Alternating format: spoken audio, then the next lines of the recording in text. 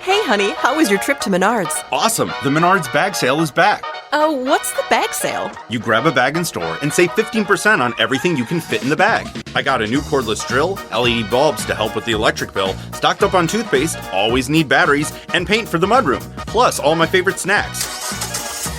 Where are you going? Menards, we're out of cleaning supplies. Hurry in! Grab a bag in store now through January 14th. Get 15% off everything you can fit in the bag. See store for complete details. The friendship is sharing deal. Because I want one of your McNuggets. And I need some of your Quarter Pounder. There's a deal for everyone at McDonald's. Get one favorite like 10-piece chicken McNuggets, a Quarter Pounder, or a Big Mac and get another for just $1. Price and participation may vary. Valid for item of equal or lesser value. I want to tell you about Doing Justice, a new podcast from Cafe Studios. It's about a prosecutor's role in our justice system and is hosted by former U.S. Attorney Preet Bharara. Wait, I know him. The show asks if we should allow an elected official to run for re-election while under investigation. It follows a sex worker who was robbed and gets her day in court. Preet explores the key elements of cases from the unique perspective of the prosecutors grappling with urgent moral and legal questions. Subscribe to Doing Justice wherever you're listening now. This is Diana from Arlington, Virginia. I support this show and get exclusive podcasts at patreon.com/partnersincrimemedia. I'm Rebecca Lavoie, and this is Crime Writers On.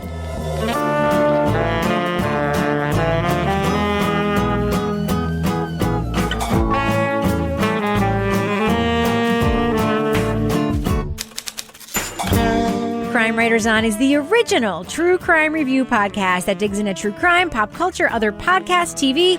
And this week, to solve crime in a Latino community that no longer trusted them, Houston police created an experimental unit to overcome that problem. We'll talk about the podcast Chicano Squad from Vox. Then, in the 1980s, a cheap form of rock cocaine changed the nature of addiction and racial justice in America. But how much of our perception of the epidemic was myth? We'll review Netflix's Crack, Cocaine, Corruption, and Conspiracy. Joining me to get that done and more is my real-life husband and true crime co-author, former TV journalist, and outstanding podcast guest host, Kevin Flynn. Hello, Kevin. Hello, Rebecca. How's your shits? Oh, so much better. So much better. They're controllable? Yes. And you can time them? We'll talk about that in a second, okay? Also with us is journalist, true crime author, former defense investigator, licensed private investigator, and certified cat lady, Laura Bricker. Hello, Laura. Hello, Rebecca. Sorry, I'm distracted by Toby, who's like trying to be silly tonight. Yeah. He's got a little alien. We're doing this on Zoom so we can finally like see each other live. So we can see what they all look like. And now we're just screwing with each other. Yes. Yeah. Finally, our captain of woke cynicism, the author behind the noir novels known as the City Trilogy, and host of the Stranger Rivals podcast, and our Patreon book club host, Toby Ball. Hello, Toby. Hello, Rebecca. Are you all right, Toby? You look very intense tonight. You got the black hoodie. You're doing the squinty eyes. What is going on over there? It's my Antifa look. You look like the Unabomber. I've got to work on the mustache. Yeah. So, Kevin, congratulations on your resplendent star turn. I don't need to be congratulated for doing my job, Rebecca. Thank you for taking over for me. As our audience knows, I was unable to host because of a sudden onslaught of what has since been diagnosed by all of my friends who are doctors as definitely food poisoning. Mm-hmm. It felt like someone all of a sudden reached their hand into my body, grabbed my guts, and twisted them. Like that. It was terrible. So thank you. Oh, you're welcome. Thank you. And everybody said the show was so much better. Yes, they all said that. They also said your joke at the end was superior. It was horrible. I forgot to write one. It's okay. I always rewrite yours on the fly. It all works out. Now you know why, right? Yeah, right. So, Laura, how you doing over there in your room of bliss or whatever the hell it's called? The room of tranquility. I'm doing well. Like, this room has kind of changed my life. I don't freeze to death while taping this podcast. And I come up here at night and watch British crime shows, and nobody complains about it. Nice. Right. Well, it sounds like everyone's doing well. I still don't know why it took 5 years for you to use the room that nobody in your house was using. Instead of recording on a freezing porch? I'm going out on the screen porch, where the wind is blowing in, and it's hot in the summertime, and there's owls and mosquitoes, and it's like what the hell? It's actually an enclosed porch, but it's cold because the heat doesn't go out there. But, this room was sort of like everybody has that room in their house, I think, or someplace that becomes like the junk drawer of your house. That's Kevin's office in our house. Yeah. And this room has been through so many incarnations. And finally, in pandemic times, I just hauled everything out of here, repainted it. And I was like, I'm claiming this. So, Good. So you seem to have repainted it basically the same color that my place is. That everybody was giving me such a hard time about. No, hers is different. Hers is lemon yellow. Yours is morning pea yellow. Actually, it's very different. Mine isn't even really yellow. It's actually Carrington beige, but it's because of the twinkle lights right now at night, it looks yellow. Got it. It looks yellow. But women see like 6 times as many shades as men. Yes. So yes. that might be part of it. Yes. We know It all the looks difference yellow. between lemon yellow and morning pea yellow for sure. Yeah. All right. Are you guys ready to record a podcast and do some reviews? Yes. Let's get it done. Leading off. I said, hey, do you have a line on this person? And they said, yeah, he's in police custody right now. I said, no, he's not. He's down here on the bio. We just fished him out of the bio. In 1977, Jose Campos Torres was beaten and drowned by Houston police officers. After facing few consequences for his death, the frustration with the department by the city's long-maligned Latino community boiled over during a riot at a Cinco de Mayo festival in Moody Park. Police right now are calling for an ambulance as this officer lies seriously wounded here in the street. A car came by with 2 or 3 occupants, drove right over him, kept on going. When a crime wave later hit the Spanish-speaking barrios, authorities created a new unit of Latino officers to investigate a backlog of open cases within a community reluctant to work with the cops. It became known as the Chicano Squad. With almost no training, they are tasked with solving a group of supposedly unsolvable homicides. And then the other shoe drops. This experiment has a ticking clock. The guys have only 90 days to reverse the tide of unsolved murders, and the expanding rift within the Latino community, or HPD, would have to think of something else. In the new podcast Chicano Squad from Frequency Machine and the Vox Media Podcast Network, host Cristela Alonso traces the origins of the unit given 90 days to solve the city's most difficult crimes, and the story of the Mexican-American officers resented by both their colleagues and the community they hope to serve. Spoiler alert, we are going to be talking about significant plot points from Chicano Squad, so if you want to remain spoiler-free, go to the estimated time code in our show notes for our thumbs up or thumbs down review.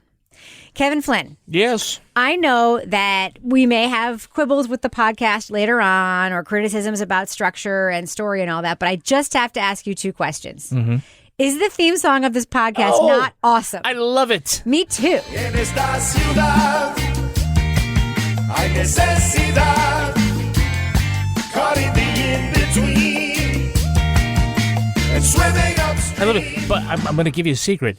Play it at 1.5 speed, where it's a little faster, and it's almost like you could dance to it a little bit. It's good. En esta ciudad hay necesidad, caught in the in-between, and swimming upstream. I could dance to it at 1 time speed. I think they have listened to a whole bunch of Wondery podcasts, and they said the secret is a kick-ass theme song. Well, better theme song, I think. Yeah, even better theme song. But Kevin, my second question for you. Yeah.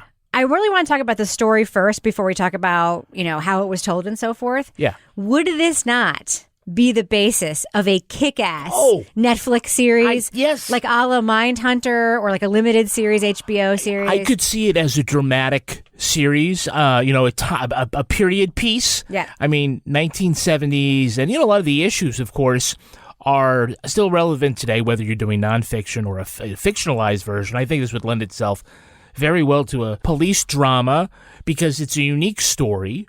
And yeah, I'd love to see it because I think that's sort of, if they haven't sold the IP already. Yeah, they have, I'm sure. The intellectual, this has now become part of the podcast industry, is where they may not make all of their money in ads, but the financial benefit usually comes from selling the intellectual property now to TVs and movies and stuff, because we keep talking about stuff that was a podcast and now it's a whatever. Yeah.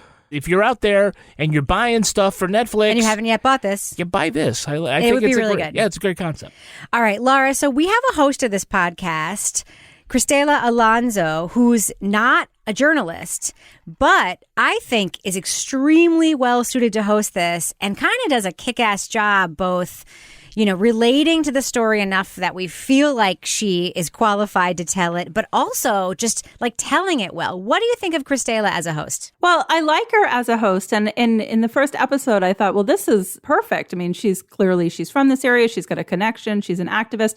As it went along, I guess I felt like I would like to hear more of her brought into the narration. I felt like it was more like somebody else did the reporting and she did the voiceover and the narration, even though she clearly had a connection to this area. She had personal feelings about the case. I felt like if she was going to be the host in this position, because I've seen interviews with her, I've read some of the interviews where she shares stories about growing up there and situations she encountered. Not that I want to have that sort of hijack the rest of this story, but I felt like I would like to see a little bit more of that. I do like how she's kind of a concierge for us through the podcast. Like she, first of all, Houston, what a fucked up place that is. This is like the second podcast we've done about Houston this year. We did the Astros one, right? The Edge. Which also talked about sort of like the founding of Houston. Toby, it just makes me think about every time we hear something where a city is a character and they actually talk about like how the city came to be.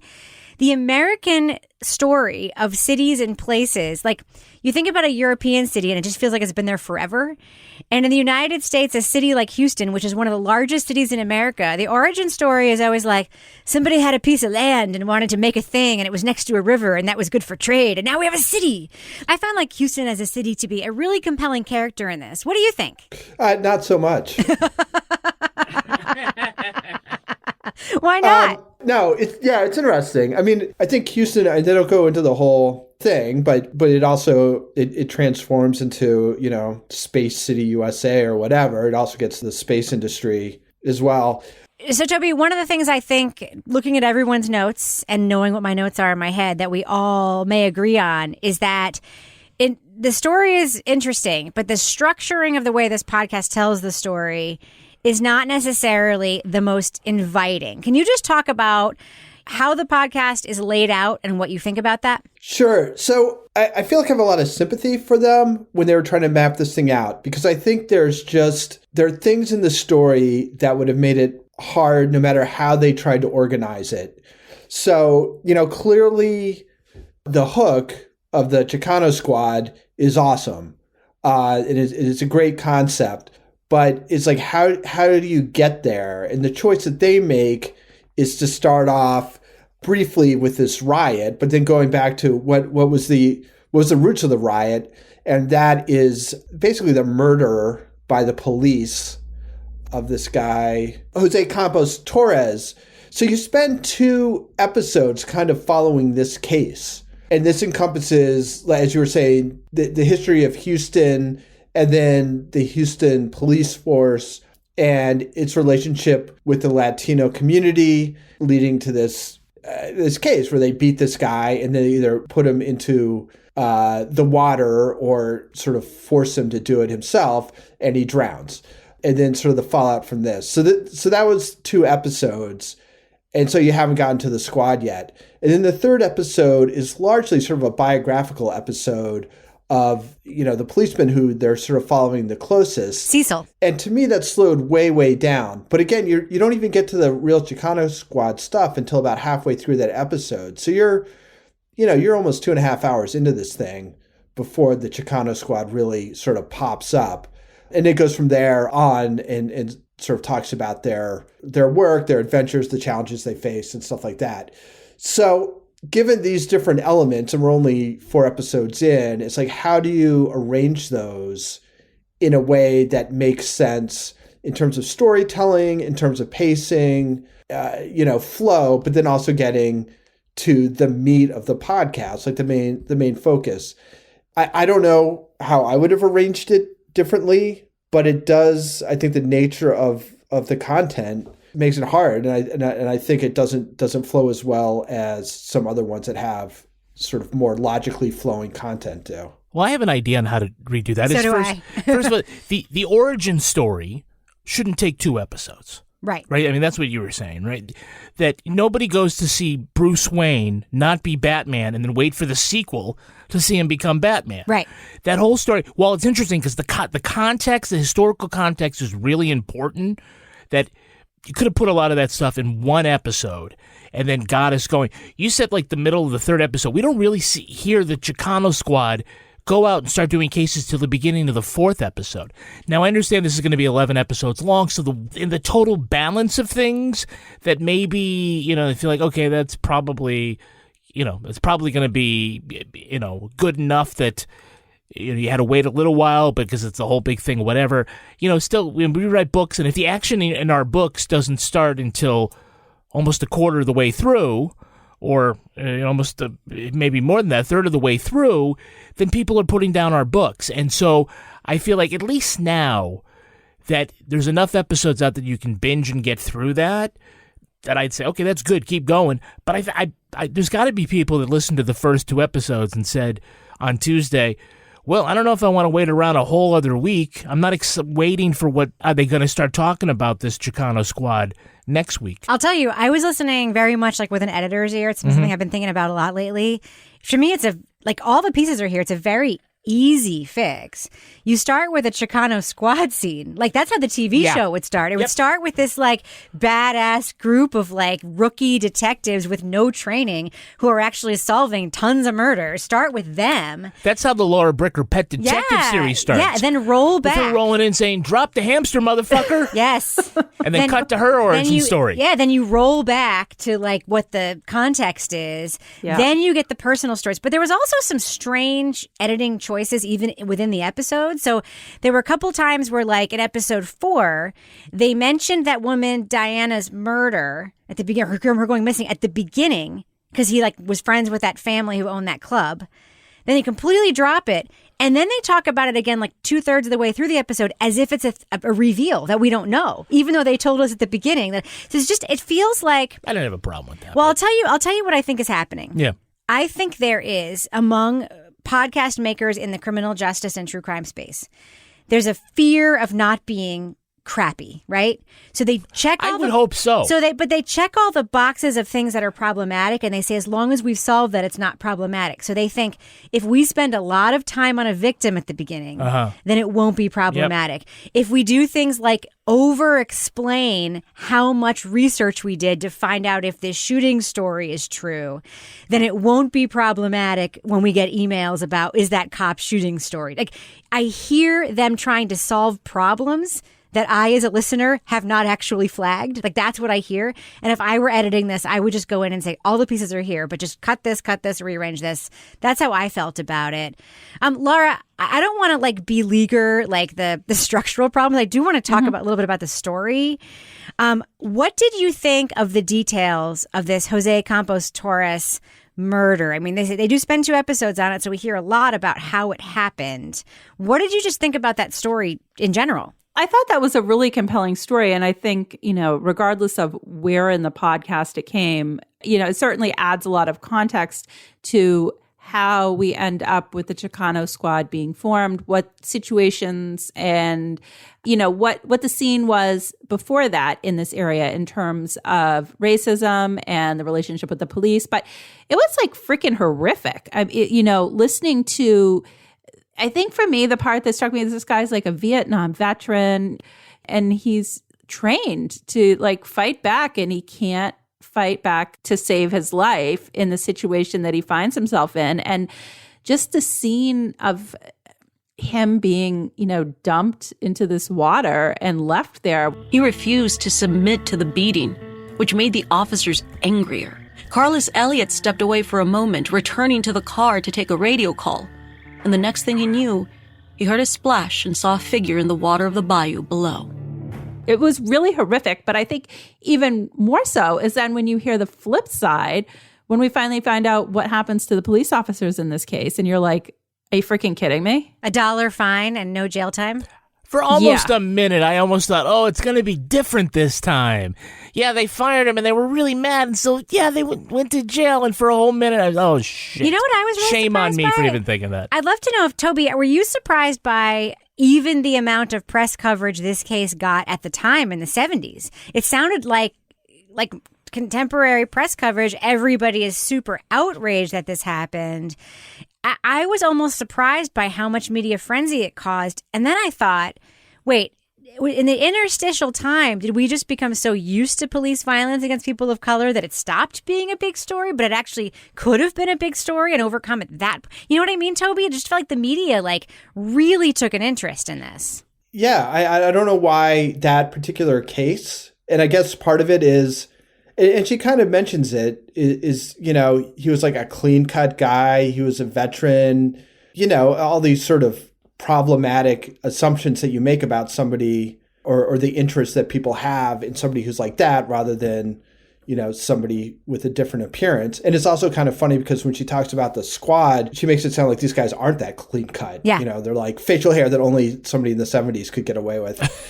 Pinstripe suits from Men's Warehouse. So, Toby, can I just ask you quickly, did that make you think they had porn star mustaches? That's the only thing I can think of. 100%. And then I was just like, that was when I was like, this has got to be a TV series. 100%. Because it'll just look so awesome. And the Beastie Boys Sabotage has to play when they walk slowly in slow motion into the squad room. 100%, I can see it. They got the captain who doesn't understand them. It's like the law doesn't work for the victims. I think it is kind of interesting, though, when you have a place like Houston where, apparently police violence is fairly prevalent. It's like, why does one case kind of push it over the edge? Why was this case so compelling to people that not only did it get a lot of coverage, but it starts a riot and ends up, according to this, leading to this sort of experiment in having actual Chicanos investigate crimes involving other Chicanos. Who would have guessed? Speaking the language is helpful. It's interesting to me. I think the reason the crime popped is because that boat guy just talked about it, right? And also, if the body wasn't discovered by he was also sort of outspoken about it. And then also you have the situation where I think what also really made it pop, for lack of a better word, is that they brought him to the jail. So there was a record that he had been arrested. Right. And so he was supposed to be... They couldn't deny that they never saw him. They couldn't deny that he died out, by misadventure in some way because there was a paper trail to show that they tried to book him and then the people in the jail said, we're going to need to go to the hospital. It is funny when she says something about the reflexive thing about cops at that time was to have each other's backs. And I was like, at that time? What are you talking about? That is definitely very much still a thing. So, Laura, there were a lot of very timely aspects to this podcast, which, are sort of laid out for us and we're told that it's timely. But were you surprised to hear how contemporary so much of this sounded? Yes. And this isn't the first podcast or documentary that we've, reviewed on this podcast that has dealt with things like racial bias and policing issues in a historical context. But this is going back to 1977. That's a year after I was born, for crying out loud. And we know how old Laura is.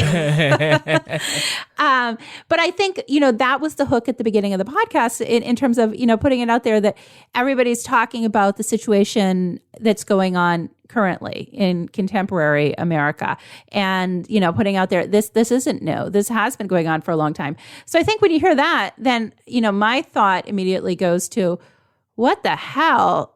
Have we really not gotten any further in almost 45 years? Nope. We have not. What the hell? Yeah, I have another question for you, Laura. So the way they formed the squad was they decided that it was needed. Mm-hmm. They basically recruited all these inexperienced cops, gave them murder cases, and then made them work out of a utility closet 24 hours. I thought it was very interesting that they were on call all the time. They were both so essential and so mistreated at the same time. But also so dedicated. The way they were Cecil dedicated. He's like, I didn't stop work at 4. But they were also I kept working. They were taken advantage of, sure. And they were looked down upon both by the detectives and those who weren't detectives who felt like they had cut in line and got to work in homicide. Laura, just what did you think of that setup? You had these guys, let's bring them in, let's stick them in a closet, and with no training, no detectivery skills, we're just going to send them out to solve murders. Yeah, that was another moment where I was like, so they're trying to come across like they're doing a good thing here, which is, we're going to address crimes in our area where we need a Spanish-speaking police officer to go out and investigate, or a detective to investigate these homicides. But at the same time, we're giving them no respect, no training, no help, and sticking them in a utility closet. So I was kind of like, are they just doing sort of like lip service by creating this squad? Even though the squad does end up going out and, solving cases. And the one guy, we hear about how he gets his promotion to becoming a detective. I just felt like whoever was organizing this, I wouldn't say it was like an afterthought, but it was like, oh yeah, this is great. We're going to do this, but we're not going to really put our money where our mouth is here. Toby, our protagonist in the episodes we've heard is a cop, Cecil. And there is a big, right now in media and journalism, sort of pushback to having a cop as a protagonist telling you their point of view of how things happened, and like approaching it with some credulousness is like a big, thing right now, where people are like, do not have that be your primary source. How do you think this podcast handles that in the aggregate? I mean, there is some, like I said, due diligence, saying like, we checked and this is true. We checked and we couldn't verify this, but it seemed to be true. Did you like Cecil, first of all? And do you think they do a good job with that balance, sort of knowing the story is about problematic cops and what was done to solve that problem, but then also having a cop as the protagonist tell that story? Yeah, I mean, I think it's one of those things where the fullness of all the episodes will probably give us a little more perspective on that. I mean, I think the trust but verify thing is probably the way you have to go. Like, I don't think necessarily that, like, you can't have cops as a protagonist. Like, that seems like a step in the wrong direction, But I do think, eyes wide open, and that you can't just, like, have that be the only voice. And I do think, again, and I think this can cut both ways, but the sort of, story of the underdog is appealing. And I think that's kind of what makes this story potentially so good. But at the same time, I think that sometimes you're willing to kind of overlook other things, because you find that stuff appealing. So again, you mean like the illegal cocaine buy, just putting their own money together to do a cocaine sting that their bosses didn't know about? Let me change out of my uniform for a second. It's cute when they do it. So I it'll be interesting to see how they continue going.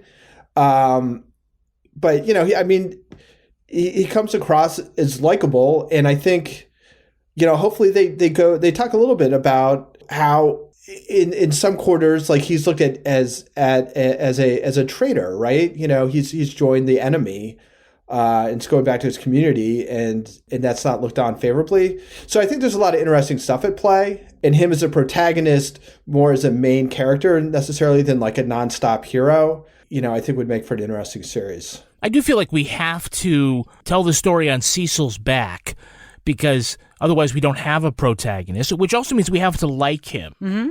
And I do like Cecil. And I think, to the point about his credibility, can we trust him as a narrator because he's in law enforcement? Does he, that kind of thing. I think it was important for the podcast to point out that even though we hear sort of his last night on uniform patrol, he gets involved in a shooting. It shows that they show that, like, over the rest of his 20 or 30-year career, whatever it was, there were no other complaints against him. Never used his weapon. Never fired his weapon again. And, it kind of lends itself to the credibility that he's a good cop, for lack of a better term, right? Yeah. So somebody that we can trust, and because we have to like him. If we think he's shady, then it changes the whole complexion of the podcast. Yeah. And I think that, I just want to hear, a little more from him. You have to go through the, biographical stuff. You don't like it, Rebecca, when you feel like it's checking a box. I like it in this case because I think the question of, hey, Cecil, why would you, as a Mexican-American, want to get involved in the police department when you said your brothers were all getting arrested? I think him explaining that rounds out his character, makes him a more well-rounded character and somebody that we understand a little better. I want to be a policeman. His mother's jaw hit the floor. She says, ¿Por qué? Look at the way the policemen treat your brothers. I said, that's why. I told her I want to see what's the other side of that fence.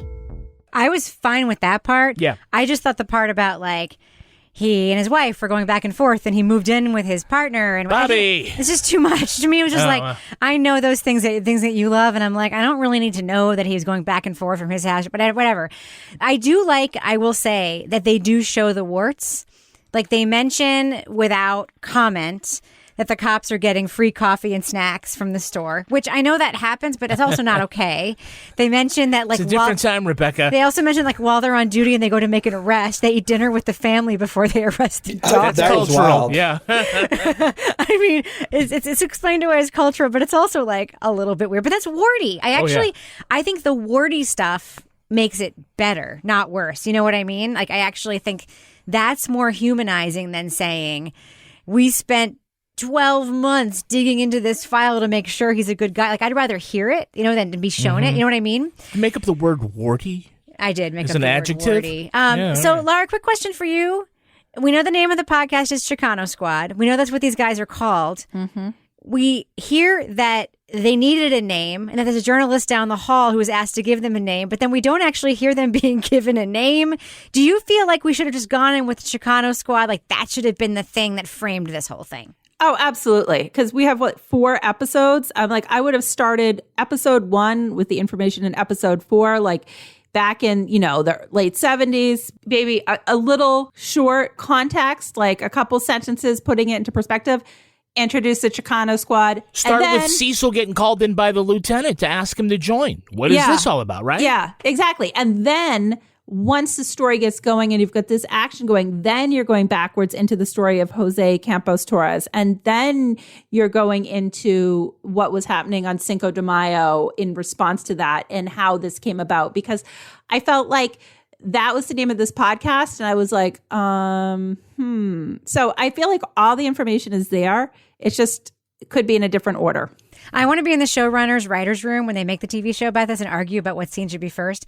To me, it's wearing a Men's Warehouse pinstripe suit, walking in slow motion into the squad room. Toby, what do you think? Well, I was just going to say, I think the issue, I think the reason why they started the way they did is, especially with podcasts, I think there's, like, you don't want to start something and then have like an hour and a half of something else before you get back to it. Mm-hmm. And I just know from Strange Arrivals that you have to make decisions based on that. And my guess is that they ran into that, which is because I actually thought that the whole Jose Campos thing was the most interesting parts of the first 4 episodes. So I think they said, we need to tell this story. Is it something we can drop into the middle, or at least like episode 2 or 3, without having people, when we get back to the Chicano Squad, being like, okay, what the fuck's going on? So my guess is that was what was coming up with them. It didn't have me second guessing a whole lot. And I think they tried to start off with a little bit of a bang by starting with that riot. So they start with the riot, and they basically, episode 2 ends with the riot, and then they move on again. Yeah. But that was just my sense of it. We also got a Geraldo sighting, right, Toby? A Geraldo sighting is awesome. This is actually a double Geraldo episode for us. Oh, right. We got Geraldo in the second half, too. First. I forgot about that. Yeah. All right. Well, let's do what we do. Let's let our listeners know, should they check out the Chicano Squad? It's a brand new podcast with a freaking awesome theme song. I want to drop it here right again. Laura Bricker, what do you think? Thumbs up or thumbs down for the Chicano Squad? Yeah, I'm going to go thumbs up with this, just because I think that, I'm really happy that we're hearing so many podcasts from different perspectives and different communities with regard to policing. And I think this is a story that I had not heard of, which is something they tell us right off the bat at the beginning. I bet you haven't heard of this story. And I think, it's got great voices. It's, there's some things that I would do differently. But overall, I think it's a really interesting story. Toby Ball, what about you? Thumbs up or thumbs down for the Chicano Squad? Yeah, I give it a thumbs up. I looking forward to the rest of it. I thought the first 2 episodes were super strong. It was weird. Like the pacing, I guess we didn't talk about the pacing as much, but then it starts off, I think, perfectly. 3rd episode's a little slow. 4th episode's a little fast. But it's a really interesting story. And if they've got 11 episodes, I imagine there's a lot more to it. So thumbs up. Kevin Flynn, thumbs up or thumbs down for the Chicano Squad? I'm going thumbs up. I think it's a good podcast, good start. I think it's great. I think it has, some sort of structural flaws here that we've talked about. It's called the Chicano Squad. The episode should be about the Chicano Squad, and not sort of the build up to it. But now that we're there in the storytelling, it should be every episode ought to be about a case or a couple of cases intertwined or whatever, and moving that forward. I just find the whole concept really intriguing. And so it's one of those like stories where you're like, oh, I just want to pull up a chair and grab my popcorn and hear all about it. I just want it told a little more concisely so we get to the meat of the story sooner. Otherwise, I'd say, hey, give it a try. Yeah, I like it too. I'm going to give it a thumbs up. I do think it has structural problems. I actually think the structural problems are opposite of Toby's. I think the first 2 episodes have the strongest story, but are put together in a not great way that sort of draws it out in such a way that you feel like like halfway through, you get it, and I do feel like that was structurally problematic. Honestly, this just needs like one editor in the room just to be like, move this, and it could have been fantastic. It's good, but it could have been fantastic. I cannot wait to see the TV show of this story. I know we're going to watch it. We're going to be super into it. We will review it when it comes out, and it can be like, remember when we reviewed the podcast that this was based on? It's going to be awesome. They're like, TV show from your lips to God's ears. So I'm going to give the Chicano Squad a thumbs up. Do you ever meet someone who seems kind of off? Whether it's a creepy neighbor or random phone number that keeps calling you, Truthfinder has you covered. You can search for people by name, address, phone number, email, and more. Truthfinder can be especially helpful for running confidential background checks on anyone you're planning to meet from online dating apps. Go to truthfinder.com/podcasts for a special offer. That's truthfinder.com/podcasts to access your special offer today. Save big money on Clearview Cabinetry. Clearview Cabinetry starts as a kitchen built for now and grows with you as life changes. It's flexible by design with full access cabinet construction, so you can go from doors to drawers for storage that works when you need it. Explore Clearview's cabinet options in store and on Menards.com and save big money today. Big buys, big savings. Check out more of our great deals going on now at Menards. Save big money at Menards. The friendship is sharing deal. Because I want one of your McNuggets. And I need some of your Quarter Pounder. There's a deal for everyone at McDonald's. Get one favorite like 10-piece chicken McNuggets, a Quarter Pounder, or a Big Mac and get another for just $1. Price and participation may vary. Valid for item of equal or lesser value. As well. All right, Kevin, you hear that music. How does that go? Ba-da-ba-da. What does that mean? It means Chicano Squad. It means we are in the business section. Oh, business section. We should be so lucky to have a theme song like the Chicano Squad for the bilingual business theme section. song? Yeah, That'd be great. Yes, caught in the in-between, man. ¿Dónde está tu madre? That's the only Spanish ¿Dónde está la biblioteca? So, Kevin, here we are in the business section. What do we have going on our Patreon right now? Well, we got a couple of great things. We've got the Crime Writers On After Show, which is in your feed right now. What are we talking about? We're going to be talking a little bit about stuff that we've been consuming in our pop culture. Our monthly pop culture check-in. Yeah, because we've been watching a few new things on TV, and we'll touch base on that. Maybe we'll talk a little more about your diarrhea. No, can we talk a little bit about my new relationship with Preet Bharara? Oh, sure. Yeah. Drop a name, girl. Yeah, my new best friend Preet. We also have a new episode out of Toby Ball's Deep Dive Book Club podcast. No, Toby Ball's Deep Dive Book Club podcast. Say it how you want. You got to learn how to say that. Tomato. We're talking about the Feather Thief. They had a great discussion. The panel was kind of subpar. They had, a couple of good people there. They also had someone named Laurie Bricky. She didn't. I don't think she actually read the book. But they did that. Also, we have a new episode of Married with Podcast, where Rebecca gives alternative sexual advice to a woman who has painful intercourse. Yes. I give very good advice. I also give amazing advice about family issues. Yeah. That people who have been weighing in big time on our Facebook page are like, yes, yes, yes. And there's that one woman who's had a relationship for 30 years, and we decided, that it's time to dump that basic bitch. Because she's been mean to you. True facts. All right, so Kevin, how can people get all that great content? Hey, they just go to patreon.com/partnersincrimemedia. It's in the first 2 seconds of this podcast, for Yes. fuck's sake, but all right. We make so much extra content do, there. yeah. We make like 4 extra podcasts for our Patreon. Yeah, and by the way, they're all different levels that you can join at. You know, for the $5, you get exclusive content for $6. It also comes with Laura's Leave It to Bricker podcast. At the $25 level, not only can you watch Toby and his guests record the deep dive every month, but you can take part, because those listeners get to chat and they can have to ask questions. They even come on the video and be part of the club. Yeah. The book club. So there's a lot of great stuff. Yes, and if you join and pay for a year in advance, one of us will call you on the Probably phone. Kevin. Well, no, I made a call today. It was wonderful. Wow. She wasn't there, and I left a message. 0.3% of the number that Yes, Kevin's Kevin full-time has. job now is now calling our Patreons. But I did call Alicia today. I left a message for her. She texted me back. She seems lovely. If I call you, by the way, you can text me whenever you want. That is one of the benefits of paying for a year in advance. Hear that, gentlemen? On Patreon. So did All right. Preet Bharara sign up for a full year of Patreon? No, Is that what not we're yet. talking But that's about? next. Oh. We're gonna get Okay. that. We're gonna get that follower next. He We did are. send a just for the fun of it. No, he didn't. No? Oh my God. Jeez, That Kevin. wasn't Breaking him? news. Oh my goodness, that's so inappropriate. So Kevin, before we wrap up the business section, do we have any Patreon patron saints of the week this week? Our Patreon patron saints are Ann Daly and, to continue my streaks of Jennifer's, Jennifer Ruth. Nice. Bless you. And thus ends the business section. Yes. Should we fade that music down? There it goes. Moving on. It didn't matter how good of a person you were or how well you took care of your kids.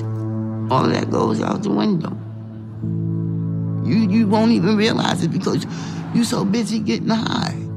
It was the party drug of the elite, but when suppliers learned how to make a cheap form of rock cocaine, it created a new crisis of addiction in black communities and provided fast money for those with few economic opportunities.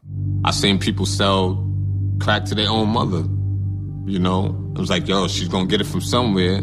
You know, I might as well give it to her. We were just being street capitalists. But the rise of crack led to violent turf wars, sensationalized media coverage, heavy-handed policing, all in an era where everyone either wanted to look tough on crime or wanted part of the action. So instead of sending him to jail, you take his drugs and his money. Were you ever afraid that one of your fellow officers might turn you in? Never. Why not? Because it was the blue wall of silence. Netflix's Crack, Cocaine, Corruption, and Conspiracy shows the falling dominoes from a burgeoning drug economy to the societal backlash to a political movement whose legislation disproportionately affected communities of color. Told by historians, journalists, and former users, the documentary explores the drug's damage and the misconceptions which inform policies that are still in practice today. Now, we are going to be talking about plot points for Crack, Cocaine, Corruption, and Conspiracy.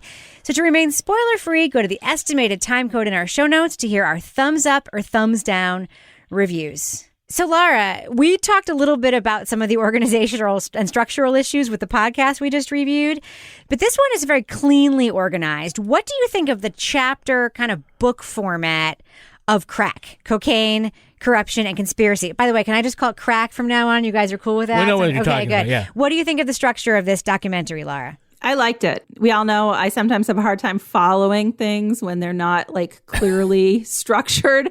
And this was an hour and a half. And we had different chapter breaks related to different, time periods, topics, themes. And I found because of the way that it was broken up into these different sections, for me, it was really easy to sort of digest the information, take in the information, understand what was happening. But it was also interesting. So it wasn't like I was doing a book report for school or something. I mean, it was actually interesting the way that it was. I mean, I guess I could do a book report, but I liked it. And I think that it the way that it was laid out like that, it gave both, a look at the crack epidemic and also different issues that contributed to its rise. And I thought it was really interesting. Kevin? Well, there's a sort of a clean through line with, sort of the what happened with crack. And it is, I don't believe it's overly reductive to say, look, A led to B, led to C, led to D. And that makes for a very clean story for the documentary. You start off with, here is a drug that is super cheap and highly addictive. And what does that lead to? Well, a lot of money. And then that means, in the communities. And that means, well, that's going to lead to violence. And then that's going to lead to shakedowns. And that's going to, and boom, boom, boom. And it's almost like you could have seen that. If you said, hey, all this crack, if we put it on the street, we're going to wind up with 2 million black people in jail. You say, oh, well, that's not going to happen. But you see, oh my gosh, it was so predictable. Yes. When you look and back. Preventable. And preventable, yes. And by the way, a lot of those crack users were white, which is kind of what this is about. But not a lot of them were arrested. That's right. Yeah. That's kind of what this documentary is about, Toby. I mean, we can't not compare the way the crack epidemic was treated by police, by media, by communities, by politicians, by moms and dads differently. It's impossible not to compare that with the way the opioids epidemic has been treated by all of those same stakeholders, right? So this is a story about race, right, Toby? Yeah, and I think that's one of the good things about this simple structure is that the actual sort of argument that they're making in this documentary, I think, is pretty nuanced in that it's talking about how the crack epidemic was sort of racialized. And in some ways, that's a reflection of a real situation, which is that once it became cheap, you didn't have to be wealthy like people who are doing cocaine were. But the way that it was portrayed in the media, in particular, but also amongst politicians and things like that, was that it was a black drug, which was not actually the case. And I think there's a lot of parallels that they don't really talk about, but it's around the same time that the whole welfare queen myth came out and started to be associated with African Americans. So it's kind of a complicated story, and I think they do a good job of of making it comprehensible. There's a lot of stuff going on. There is the government's either complicity or at least sort of neglect of bringing cocaine in, particularly from Nicaragua. At the same time, wait, Toby, you buy that though, right? Because I buy that that's the case. I mean, that is the case. Yeah. Why don't we talk about that like all the time? It's interesting because I know that's when I was on a jury in D.C., which is overwhelmingly black city. So I was one of 2 white people, and then there were 10 black people on this jury. And while we came to an agreement on whether the person was guilty or not guilty, and then the talk while we were waiting for everybody to reassemble was about how the CIA was, supplying drugs into the black neighborhoods of DC, which is not something I'd heard about before. It was just super interesting because I was like, I don't know about this, but everybody else seems to, and that's wild that I don't. And that was in like 1993, maybe. And the San Jose Mercury News did an investigative report about this. There was a movie that was made about it. So this has been a thing that's been sort of out there and has been known, but it's not something, it's never gotten the kind of mass media treatment. And I don't think even this really does. Right. It's like one of several factors that they talk about. It's one of many shitty factors in the way the government failed. Yeah. It's a crazy and damning story, which I think there's probably adequate evidence to take it super seriously. Now, Laura, one of the things that's a huge theme in the documentary is the politicizing of the crack epidemic and how it is used to infuse fear into white communities to get them to support politicians and policies that are seen as like extremely anti-drug. And one of the messaging features that came from this that I think we all remember is the ubiquitous say no to drug campaigns that were everywhere. This is your brain. This is your brain on drugs. The Just Say No campaign was unprecedented in its scope and its intensity. That's right. Say no to crack, or you can live. If you've got to die for something, this sure as hell ain't it. Crack isn't just wrong. Could be dead wrong. Laura, do you remember all that stuff, and does it still stick with you today? I think it's saying something that I remember that, and I didn't even have like real TV growing up, and picked it up on the street. The fact that everybody remembers that commercial with the fried egg, and then there was posters with it, and then there was that other commercial, the one that I learned it by watching you, Dad. Remember that commercial? Oh, yeah, the pot commercial. And that kid went to do his like junior year at the Mountain School, which is at the end of the road where I grew up, which was like the junior year program for Milton Academy. That actual kid from that commercial? Yeah. I learned it from watching and they were you, like, Dad. that's the kid from the drug commercial. And like, he was like famous in my little, my little town because he was and there. They said, I learned it by watching you. But I was like, I was just struck by, the effective messaging because I know, we all reference this. I mean, how many times do you reference, don't fry your brain on drugs and stuff? Like, could we not find a better way to message about wearing your darn mask during coronavirus? Seriously, like something that's going to stick like the messaging from the 80s did on the Just Say No to Drugs? Listen, we're not comfortable. I mean, it's probably good that things that are fact-based are not comfortable using fear as a tactic in the same way that things that are conspiracy-based are comfortable using fear as a tactic. That being said, fear as a tactic is not used appropriately for things you should actually be afraid of. Masking up would have been a good opportunity. I agree. Kevin, I have a question for you. Yeah. The sources in this documentary, to me, are fascinating. You've got like activists, you've got like all the right people, but you also have former users, former dealers. What did you think of the sourcing of this documentary? I like the people that they talk to. I mean, it's worth noting that almost all of them are people of color. Yeah. They're experts in their field. Yeah. We've got like a brain scientist, and we've got some journalists and activists, former cops, a lot of former users. So they do an excellent job of explaining the historical context. But a lot of them also have personal anecdotes that also inform the story. So I think you get like a 1-2 punch with a lot of these folks. And so it also means that you're not just, sort of getting this somebody telling you what's in a textbook. It brings a lot more to it when not only can they speak to it, but they can speak to it on a personal level as well. Yeah.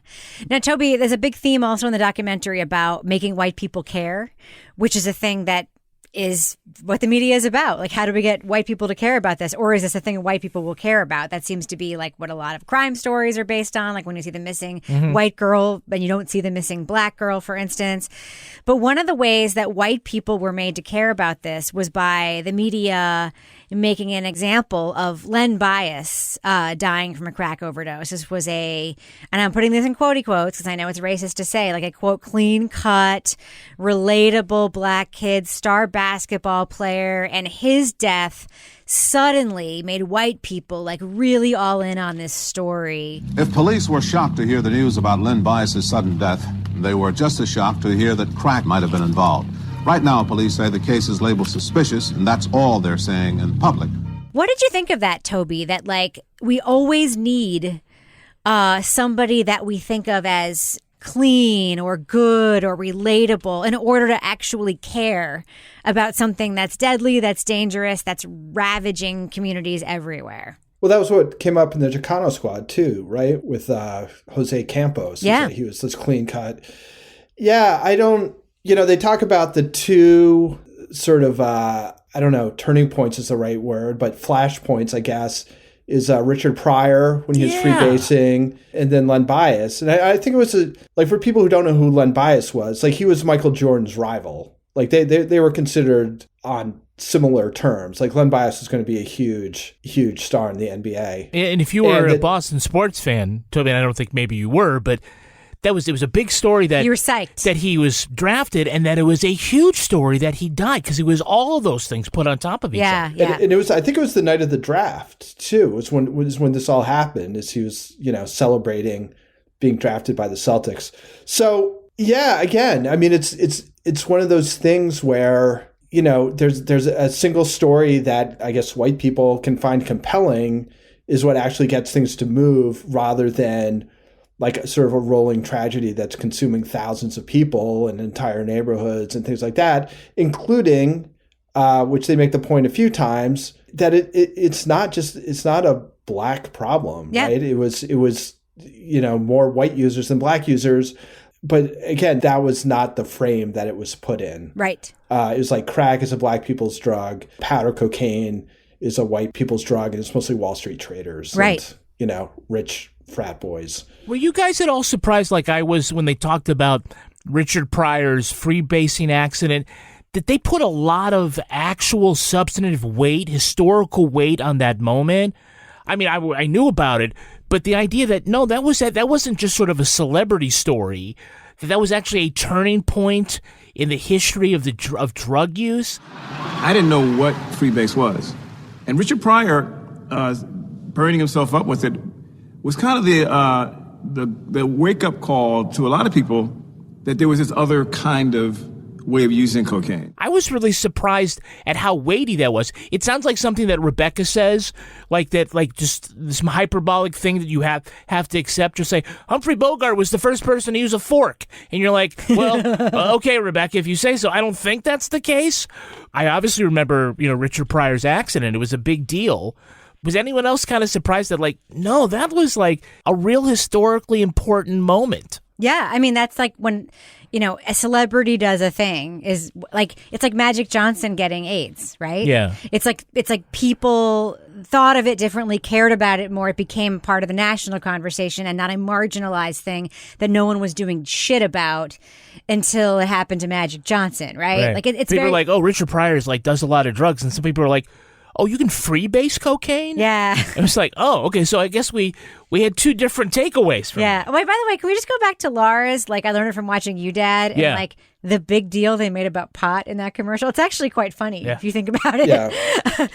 So, Laura, one of the other themes of this documentary that I just loved that they really explored and talked about is, we hear a lot about the criminalization and demonization and fear-based media and politics around Black communities. But this crack epidemic in particular had a deep, deep toll on women in the Black community. I mean, that story about, I remember this, the whole crack mother story and crack babies. By the way, there's apparently like no evidence that there is such a thing as a crack baby phenomenon, which is an amazing piece of data that this includes.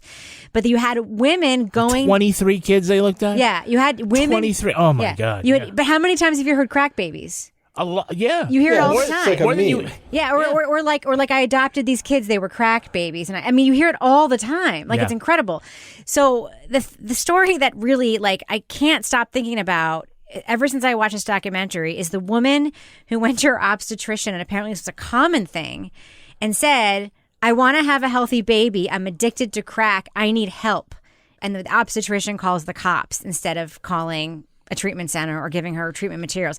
Can you imagine a white person going to their obstetrician and saying, I'm having a problem stopping drinking. I'm having a problem stopping using whatever designer drug I'm using. I need help. I want to have a healthy baby. And the obstetrician calling the cops. What did you think about that? That was, for me, the really rage-inducing section of this whole documentary. There was that one police officer woman who would go in and talk to the women, the pregnant women, and it seemed like she was going to help them. And then, nope, she's like entrapping them basically and then snatching their babies away. And I know that awareness of substance abuse and addiction issues really, has evolved over the years. But watching this and seeing it so clearly cut and dry, how there was just no awareness of addiction, there was no compassion, there was no empathy. They were just completely villainized for coming forward and admitting they needed help, for crying out loud. It was just freaking maddening. And watching, we had these clips and seeing, women go into the hospital and no sooner giving birth and their babies are taken away from them. And it's just horrible. So that part definitely, that was a part that stuck with me from watching this documentary. I feel like that was the part that really stood out when I finished it up. Yeah, I thought it was like an incredible story. And the way that they showed that women were shown in movies and in the media, like the sort of trope. It's like you said, Toby, it's like the welfare queen trope. We had like the crack mother trope and like the strung out.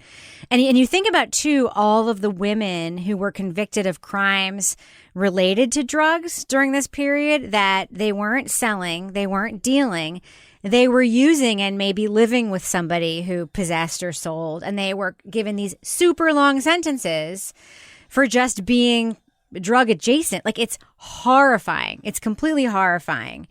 Well, before we give our review, I do just want to make one note. If you want to hear a more extended conversation about this documentary, I did interview the director of it, Stanley Nelson, for the You Can't Make This Up Netflix podcast. It was a super interesting conversation, and we get into a lot of these issues in our conversation and his take on just like what he was thinking about when he made the film. And I think it's worth listening to. He's a really interesting guy.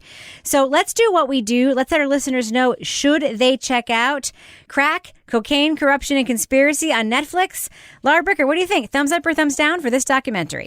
I go with thumbs up. I think this was a really interesting documentary. It, obviously shed light on this historical issue, but it, came into it, setting it up with how, this cocaine lifestyle was really glorified at this point. And I can recall people that I've talked to that worked in New York at the time who still reminisce about going to the fancy parties and cocaine being on tables and bowls. And so you hear this. Fun. I know, it's crazy. So you hear that setup, but then you see that is, how that then sort of segues into crack and it being cheap and how it's really affecting the Black community and the poor community that wants to access that same lifestyle. So I thought this was really interesting. It was, it wasn't super long and it had a lot of interesting voices. I would definitely recommend. Toya Ball, what about you? Thumbs up or thumbs down for Crack, Cocaine, Corruption, and Conspiracy? I give it a thumbs up. I actually kind of wish that it had been like a 4-part series or something. When's the last time you said you wanted something to be longer? Yeah. I mean, it's really thoughtfully done. And I kind of wish he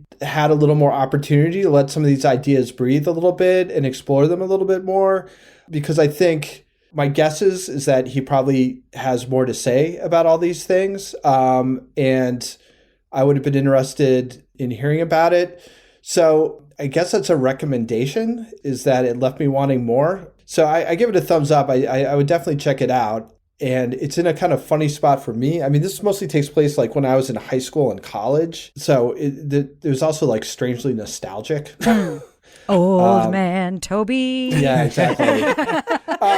So I sound like I'm equivocating. No, I thought this was really good. I just wish it could have been 3 times as long. You know what? I actually think that's right. Kevin Flynn, about you? Thumbs up or thumbs down for Crack? I'm thumbs up. I think this documentary shares a lot of DNA with 13. Yeah. When we talk about how did we get to the road to mass incarceration, well, this is where it doesn't start here, but this is a particular path that was insidious. And you almost could have, you should have been able to see it coming. You almost could tell this story backwards chronologically. Start off with, how do we get 2 million Black men and women in prison? Well, it's because of these policies. And where do these policies come from? And you can work backwards. And it goes back to the CIA. God, it's fascinating. Goes back to disco and cocaine. It's really something.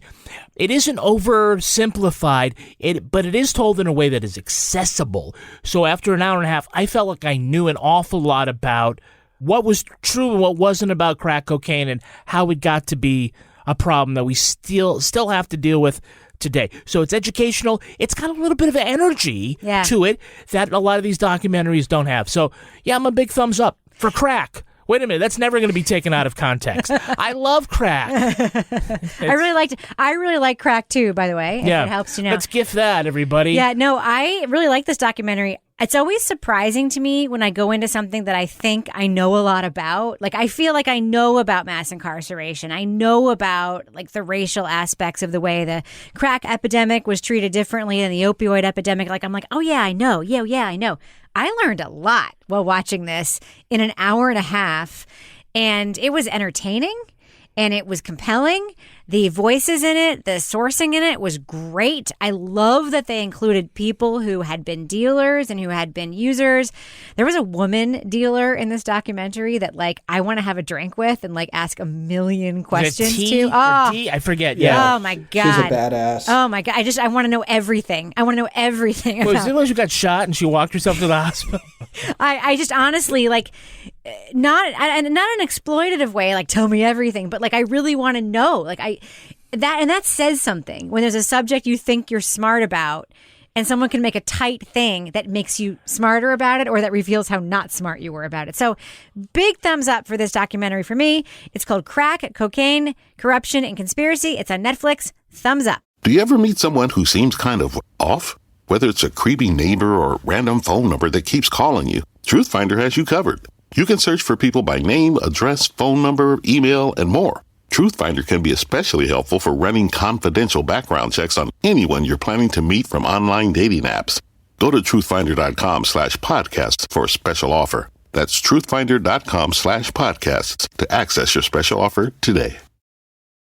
Want the same expert advice you get from the pros in the store while shopping online at discounttire.com? Meet Treadwell, your personal online tire guide that matches you with the perfect tire for your vehicle. Get your best match in 1 minute or less with Treadwell by Discount Tire.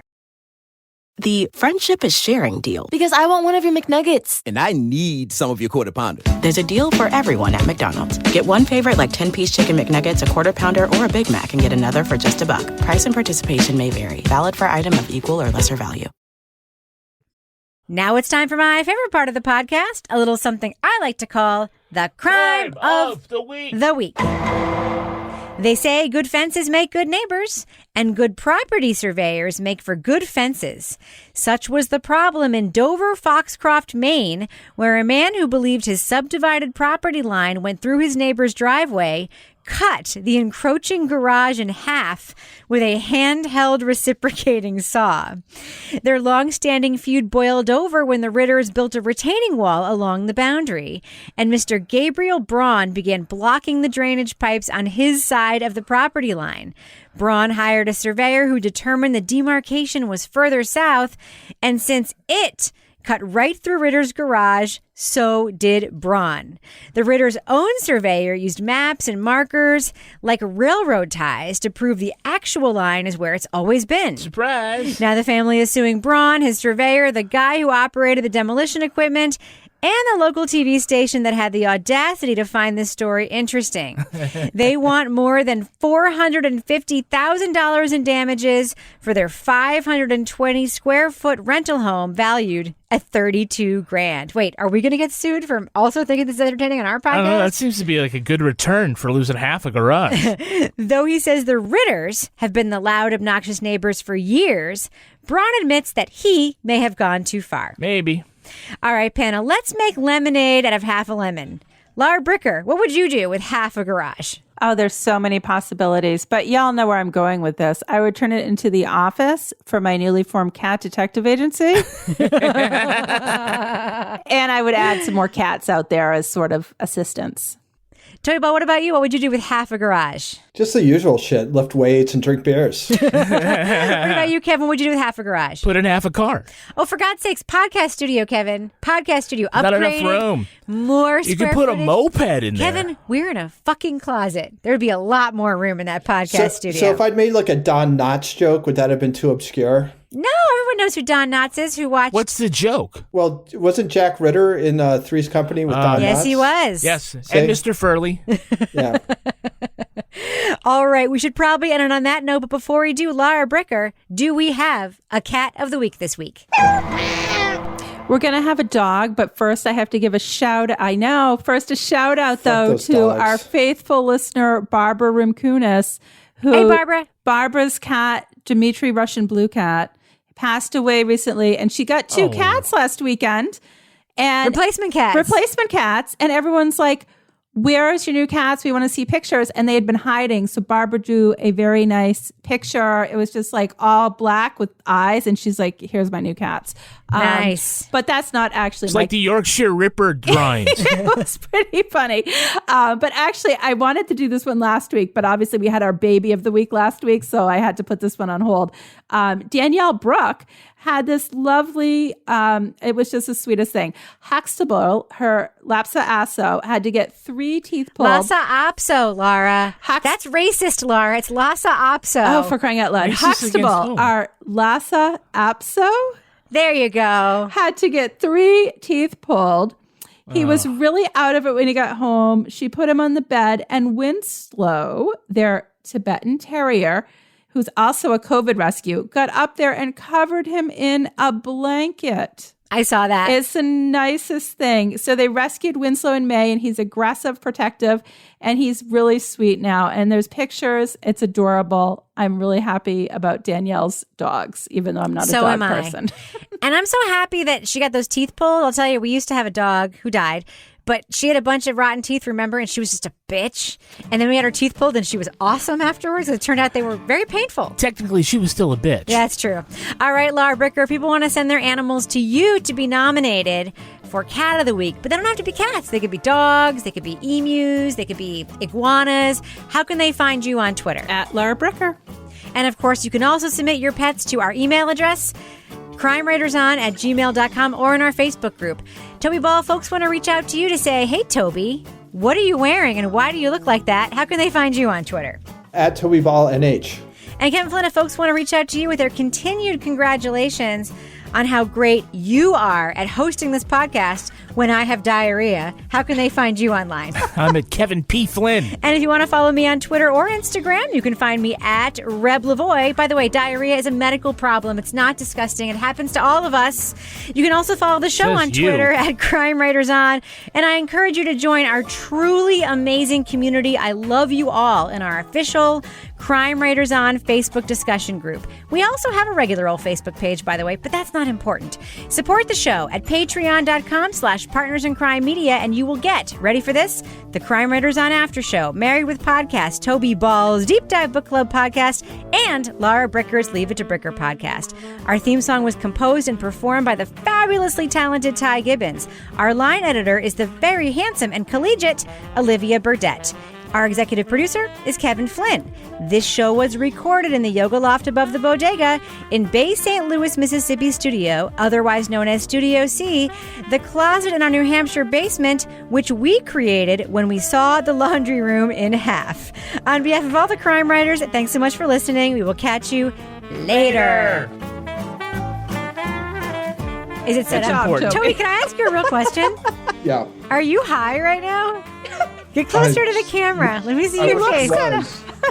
Yeah, 100%. Listen, I have teenage boys. I know what that shit looks like. I think that's just that freaking cats have been crawling all over me because we were gone for several days. Do you have allergies? Well, not normally, but I'm just like inundated with fucking cat hair.